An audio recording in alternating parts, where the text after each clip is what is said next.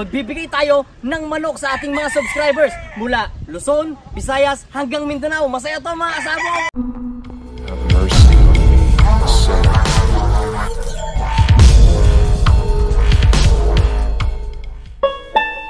Magandang araw sa ating lahat mga kasabong. Ayun, nandito na tayo sa episode 4 ng ating Sabong Pinas YouTube channel. Yan mga kasabong. Ano bang meron sa episode 4?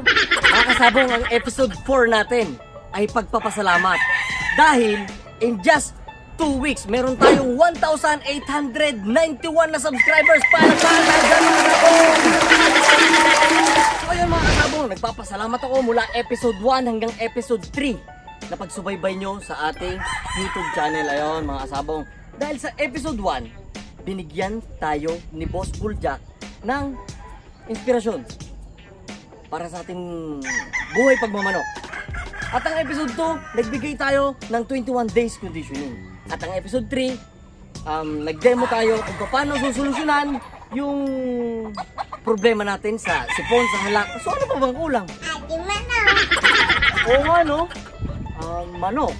Kulang pa nga pala ng manok. Sige mga kasabong. Magbibigay tayo ng manok! Ng manok! Ng manok!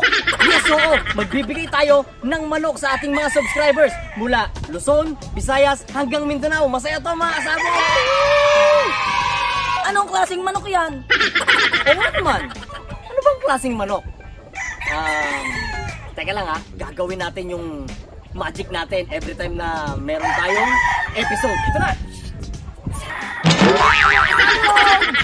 Meron tayong Gamma Gray! Medyo pogi. Ayan mga kasabong. Ayun mga kasabong, November 26 po, pipili po tayo ng lucky subscriber mula Luzon, Visayas hanggang Mindanao. O kahit OFW ka pa, pwede kang sumali. Paano nga ba sumali?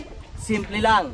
Magsasubscribe ka lang, tapos ipiprint screen mo at isesend mo sa Facebook fan page ng ating Sabong Pinas na may nakalagay your name, your address, and I want El Gamma Gray. Simple lang mga kasabong, kasali ka na. Para pang hindi ako napili. So paano kung hindi ka mapili? Huwag kang malungkot. Dahil every 1,000 na madadagdag sa ating subscriber, every month, posible na magbigay ulit tayo ng manok mula sa Sabong Pinas YouTube channel. Kaya ngayon pa lang, mag-entry ka na.